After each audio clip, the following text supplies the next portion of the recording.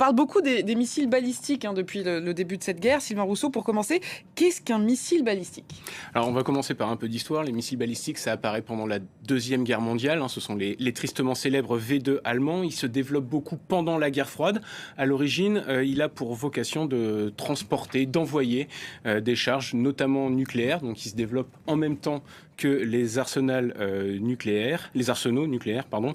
Du côté de l'Iran, elle a commencé à développer ce type de missile dans les années 80, lorsqu'elle s'est rendue compte que ça lui avait fait cruellement défaut lors de la guerre Iran-Irak.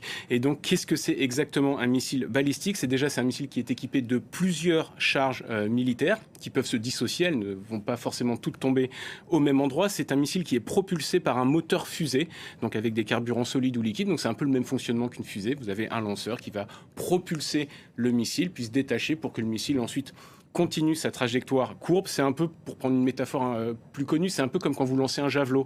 C'est-à-dire que la vitesse et l'endroit où vous allez lancer le javelot, la distance va être la course que vous allez faire et le mouvement de bras qui va l'accompagner, et ensuite le javelot va suivre sa trajectoire. Là c'est pareil, on lance le missile qui ensuite va suivre sa trajectoire balistique et donc redescendre sur Terre, uniquement attiré par la gravité terrestre. Il y a évidemment un système de guidage au bout pour que la précision soit maximale. Il peut porter jusqu'à 10 000 km.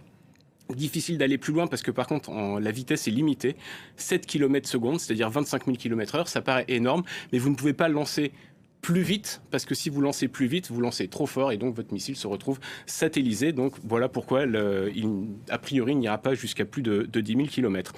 Et en ce qui concerne l'Iran, leur missile le plus puissant, lui, peut frapper jusqu'à 2000 km. Alors selon d'où il part en Iran, ça veut dire qu'il peut quand même aller jusqu'en Europe de l'Est. C'est pour ça qu'on a entendu parler notamment de la base militaire américaine en Crète. C'est parce qu'effectivement, selon d'où part le missile en Iran, elle peut être dans son rayon d'action. Mais ces missiles, c'est justement l'une des raisons invoquées pour ce conflit, empêcher la prolifération de ce type d'engin qui menace déjà évidemment Israël.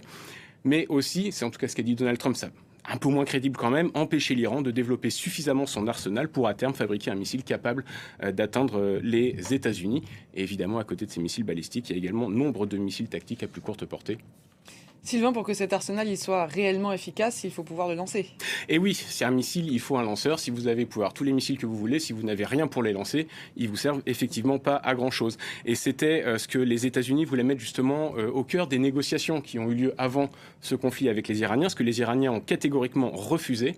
Ils ont abordé effectivement les thématiques du programme nucléaire, mais certainement pas du programme de missiles balistiques. Ils ont refusé d'inclure ça dans les négociations, puisque pour eux, c'est un système de défense dont dépend leur sécurité. Et